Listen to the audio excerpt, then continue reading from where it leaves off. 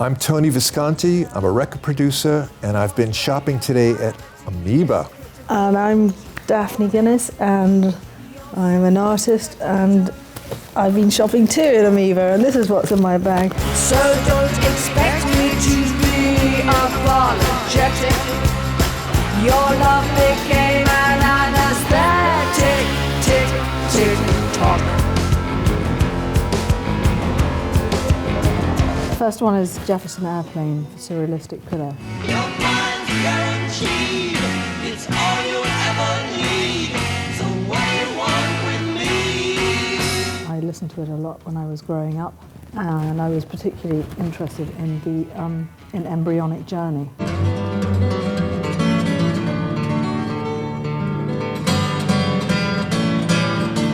It's got White Rabbit on it. Yeah. Somebody to Love. Yeah. It's two She hits. has Funny Cars, is really, really Wow, good too. yeah, they're quite a big record for them. Yeah. And for you. I loved it. I grabbed this one, a collection of Velvet Underground. I ain't searching for my mainline. I said, cut it sideways. I cut it sideways. The first one, when it came out, the one with the banana on the front cover.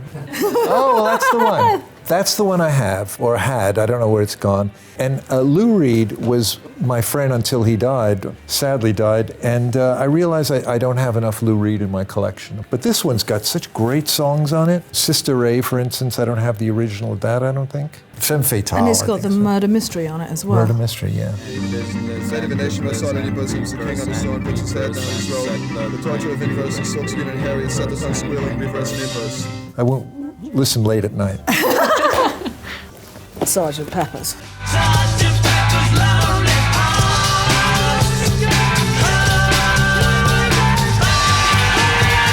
I love the remastered version. Is this the one with the Giles Martin mixed? I think so. Oh yeah, this is it. Giles Martin, who is George Martin's son, remixed this. Now, in the old days when they made Sgt. Pepper, they only had two 4-track machines side by side.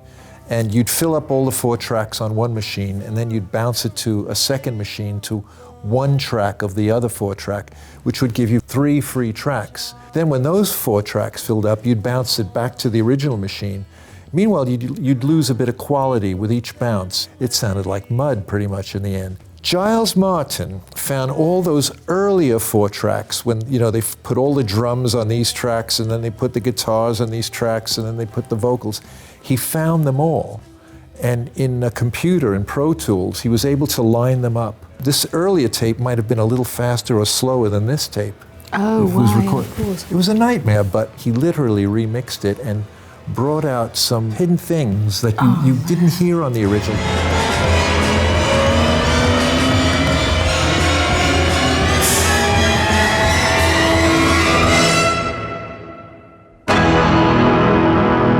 This is one of mine, which I will put back on the shelf because I've got several copies of this. But I think it's worth talking about. This is my favorite David Bowie album.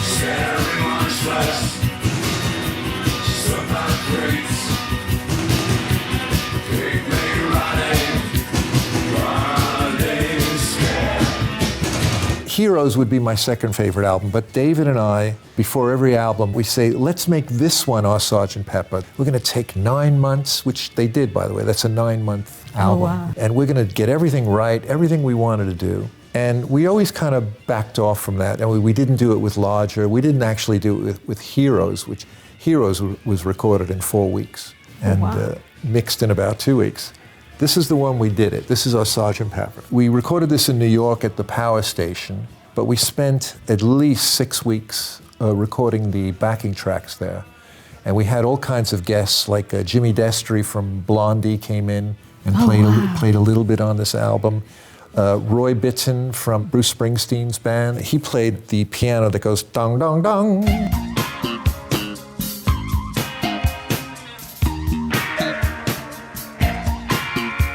They didn't have like separate lounges in those days. So we'd go out into the lobby and sit on like a little couch and all that.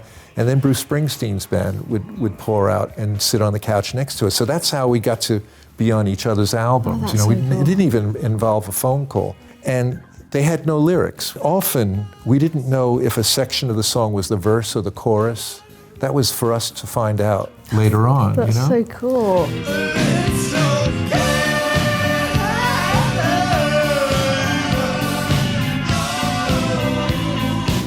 This one. Now you're going to get me off again. Oh! So this is the first album I ever bought with my pocket money. Is it strange to dance and soon? I dance myself out of the womb. I loved Mark Bolan, Yeah. and I watched his TV show. He had a fantastic children's show called Mark. Were you infatuated with him? I was like most completely young girls Yeah, are? I was only a sort of 8 or 9. Yeah. But also I did see your name on it and think, who Yeah, there is this mysterious person with this incredible name? And you thought I was an Italian count, right? Yep. Yeah. I'm just a guy from Brooklyn. But right? it's the most incredible album. Cosmic Dancer, Life's a Gas, Yeah. Rip Off. Oh, yeah. I love that. It's just like a rap song. People say that's the first rap record. So I don't say that, but people say it. The president's sweet, he's got a burgundy beard. It's a rip-off, such a rip-off. Well, it happens to be one of my favorite albums. it's so great, this album. All right, well, this is the guy that started it off for me. Well, you can do anything but take me over my blue suede shoes. Let's go, cat! I found this beautiful new pressing, obviously, on 180 grams vinyl. So it's going to sound absolutely great, less surface noise. These songs like Blue Suede Shoes, which was written by Carl Perkins. You can do anything but lay off of my blue suede shoes. Elvis's version is, I think, better. And look at that, the timing is 1:58. How many songs are under 2 minutes anymore?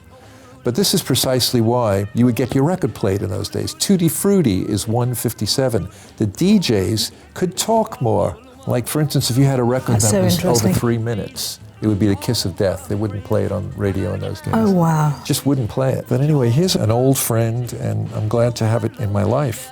So, what else did I pick? Clockwork Orange.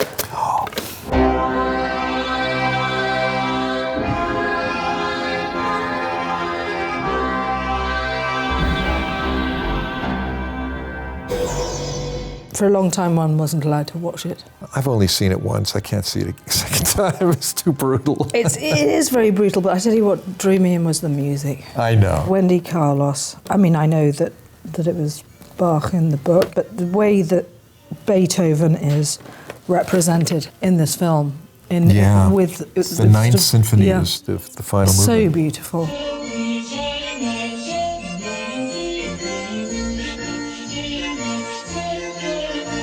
The first introduction of the synthesizer to the world was this record. It's incredible. And apparently the vocals, Wendy Carlos played with a series of foot pedals for the vowels. Oh, There were no really? singers involved, so it would be like, get to like all kinds of so levers to get the crazy. vowels. So even the voices are synthesized. And the thing is, with all this thing the size of 2 refrigerators, this instrument was monophonic. You couldn't play 2 notes at once, or you couldn't play chords. Yeah, yeah. So Wendy did every note, every part That's incredible. laboriously. I have a lot of singles by this band and this man, but here is a Buddy Holly Oh, album, wow. and it's got all my favorite songs on it. Oh Boy, Not Fade Away, That'll Be the Day.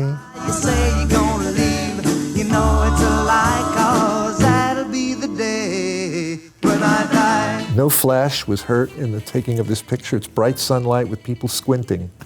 But this is really great that remastering is coming out in such high quality. These were cut from master tapes that still exist today. So this is going to sound virtually as good as the master tape would sound. No boy, when you're with me, oh boy, the world can see that you were meant for me. The Small Faces. Oh, yeah.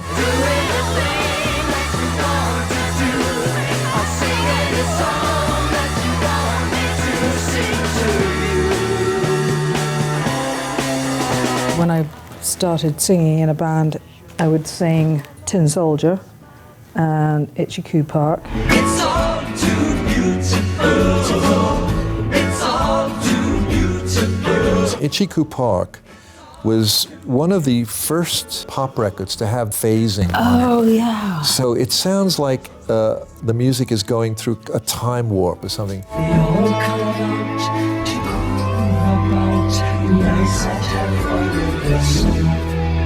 The engineer was Glyn Johns, and when I first came to England in 1967, and I met Glyn Johns, I said, "How do you do that phasing thing?" And he looked at me like I was insane. He says, F off. Just told me to F off. And I realized in those days, technicians were very protective about their sounds. And it took me about 4 or 5 goes, because I was really pestering him. Now I wasn't afraid of him anymore. Yeah. So he told me very, very quickly, he says, you need 3 machines. On this machine, you play it back. On this machine, you record it. On this machine, you have a vary speed, and you do this. And I ran to a pad, and I wrote it out exactly the way he said it. But he thought I wouldn't remember anything. And the very next time I was in the studio, I set that all up, and lo and behold, it's a real technical trick. It's such a wonderful But if effect. you want to hear what tape phasing is at its best, and listen to Itchy Park.